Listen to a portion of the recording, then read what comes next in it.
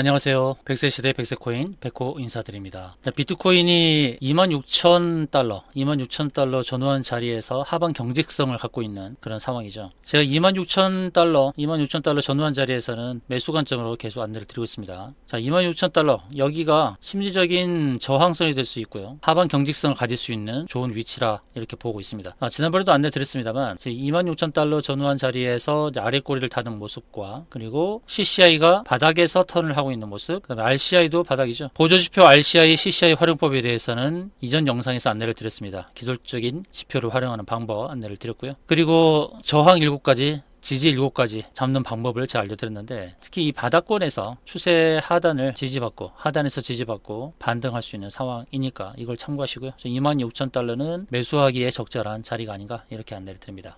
자, 비트코인 그리고 달러의 지정학 오태민 작가의 저서, 오늘은 189페이지부터 199페이지까지 진행을 하도록 하겠습니다.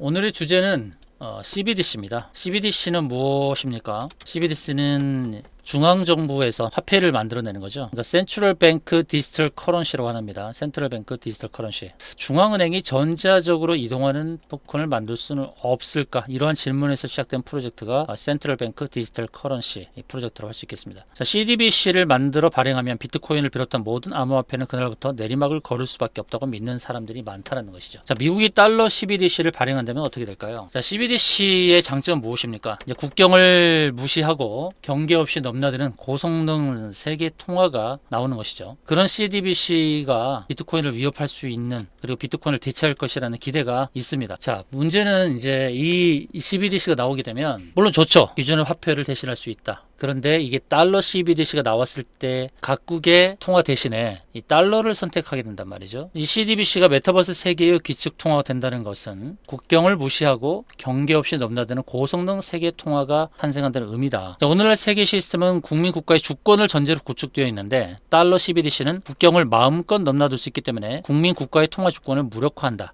극단적인 경우 미국이나 EU, 일본을 제외한 국가의 중앙은행들이 모두 문을 닫을 수도 있다. 바로 이 부분입니다. 그러니까 달러 시스템이 만들어지면 달러 활용에 익숙한 나라들은 이 달러 CBDC를 쓰겠죠. 그런데 다른 나라들, 특히 우리나라도 마찬가지죠. 우리나라 화폐보다는 달러 CBDC를 쓸 가능성이 높다는 것이죠. 그러면 우리나라의 은행들은 다 문을 닫을 수 있다는 거예요. 통화에 대한 국민 주권은 단지 화폐에 자기 나라 위인의 초상을 그려놓을 수 있는 권리만을 의미하지 않는다. 각국의 중앙은행은 경기를 진작하거나 경기 과열을 막기 위해 통화량을 조절할 수 있다. 달러 CBDC가 유통되면 대다수 나라의 국민들은 자국 통화 대신 달러를 선택하려 할 것이다. 이것이 가장 큰 문제라는 것입니다. 대다수의 국가들이 수십 년간 거시 경제를 조작해서 경기 변동을 부드럽게 만드는데 통화 주권을 사용하는 대신 국민들의 저축을 훼손해서 특정한 계층의 이익을 몰아주는 방편으로 이를 활용해온 탓에 자국 통화보다 달러를 더 신뢰하기 때문이다. 바로 이겁니다. 그러니까 CBDC를 발행한다 그러면, 이 CBDC를 발행한다 그러면 이게 달러 CBDC거든요. 우리나라도 지금 테스트를 하고 있는데요. 달러 CBDC이기 때문에 우리나라도 이 달러 CBDC가 발행되면은 우리나라에서 발행되는 CBDC, 센트럴 뱅크 디지털 커런시, 우리나라의 화폐의 CBDC가 발행되면 이것을 활용하기보다는 달러 CBDC를 더 신뢰하면서 쓰게 된다는 것이죠. 그러면 우리나라 은행들은 문을 닫을 수밖에 없다는 것이 이 저자의 주장인데, 저도 그 부분에 동의를 하고 있습니다. 자, 달러 시스템은 지구에서 가장 광범위한 금융 규칙이다. 달러 CBDC 같은 고성능 세계 통화를 선택하려는 개인들의 열망은 역사적으로 보편적 질서를 추구하려 해왔던 역사적 맥락으로 설명할 수 있다. 자, 대다수의 인류는 지역 실력자의 자의적 지배 아래 살아왔는데, 개인이 이러한 지배에서 벗어나 예측 가능한 광역의 질서로 편입되었던 때는 제국이 지역의 중앙에 힘을 투사했던 시절인데, 이런 시기는 역사에서 상대적으로 짧다. 그런데요, 이 달러 시스템은 광범위하게 그리고 오랜 시간 동안 금융 규칙을 지키면서 세계 질서를 잡아왔다는 겁니다. 근데 이 규칙은 사람들이 무리를 이루어 살아가는데 필수적이다. 개개의 시민에게 선택권을 주면 자기 부락에서만 아니라 널리 통용되는 규칙, 즉 비록 세계적이진 않을지라도 조금이라도 더 광범위한 지역에서 통하는 규칙을 선택하려고 한다. 자, 조금이라도 더 광범위한 지역에서 통하는 규칙을 선택하려고 한다. 그래서 달러 CBDC를 선택하게 된다는 겁니다. 자국의 우리나라의 CBDC를 발행한다 하더라도 좀 광범위한 규칙, 광범위하게 통용되는 규칙인 달러 CBDC를 선택할 가능성이 높다라고 하는 것입니다. 정부들이 운영하는 여러 통화들 중에서 달러가 가장 예측 가능하게 운영되기 때문이다라는 것이죠. 케인스와 화이트가 설계한 세계 통화 금융 시스템. 자, 케인스와 화이트가 좀 공통적으로 주장했던 부분이 있습니다. 이 유명한 경제학자들, 이 경제학자들을 이들이 주장했던 건 뭡니까? 일반적으로 고전학파에 따르면은 자율적으로 균형을 찾는다. 시장은 그렇게 봤죠. 그러나 케인스와 화이트는 좀 달랐습니다. 이 두 사람은 자본시장이 규제 밖에 놓여서는 안 된다고 생각했습니다. 자본시장이야말로 자율이 오히려 균형을 이탈하게 만들어 경제 전반에 부담을 지우는 시장이다. 그래서 이들은 단기 자본이 국경을 마음껏 넘나드는 것이 통화와 금융 위기를 유발한다고 생각을 했습니다. 그래서 뭔가 통제가 필요하다라는 것이죠. 자율로 맡겨서는 안 된다. 한 국가의 경제가 침체되면 그 국가의 정부는 이자율을 낮추어서 투자와 소비를 진작할 필요가 있다. 그런데 이자율을 낮추면 이자율이 높은 나라로 자본이 유출되고 이렇게 되면 가뜩이나 자본이 필요한 나라에 자본이 부족해지는 상황이 발생한다. 그래서 국민들은 자본 유출이 두려워 경제 상황이 비교적 양호한 나라의 높은 이자율을 따라갈 수밖에 없는데 이렇게 되면 투자가 줄어들어 실업이 늘어나고 경기가 위축됨으로 정부는 딜레마에 빠지죠. 그러니까 각 개개인별로 선택권을 주기가 어렵다는 것입니다. 시장에 자유를 주기가 어렵다라고 주장하는 것이죠. 따라서 하나의 국민 경제가 이자율을 낮추어도 자본이 유출되지 않도록 하려면 자본이 국경을 자유롭게 넘지 못하도록 정부가 국경을 통제해야 한다. 이것이 케인스와 화이트의 생각이었다는 것입니다. 그래서 자율로 맡겨두는 것에 대한 이제 위험성을 얘기하고 있는 겁니다.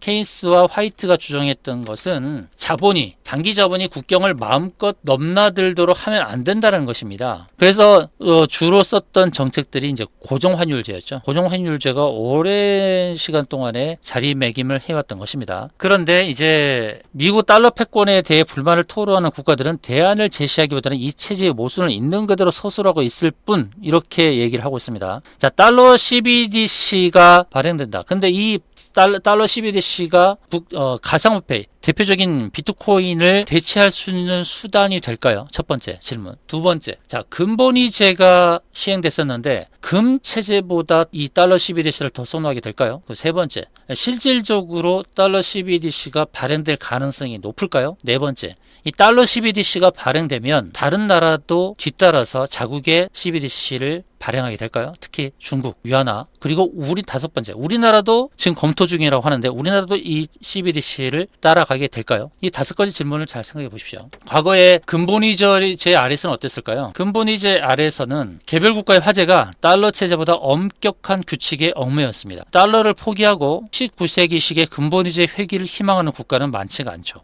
그러면 CBDC는 또 새로운 규칙이란 말이에요. 근데 CBDC의 장점이 있습니다. CBDC의 장점은 뭡니까? 이 책이 기술된 건 아닙니다만 CBDC의 장점과 단점을 제가 한번 규술해 볼게요. 법정 통화로 가치 변동의 위험이 없고 중앙은행이 발행함으로 공신력이 담보되어 있습니다. 이것이 CBDC의 장점입니다. 이거는 장점인데요.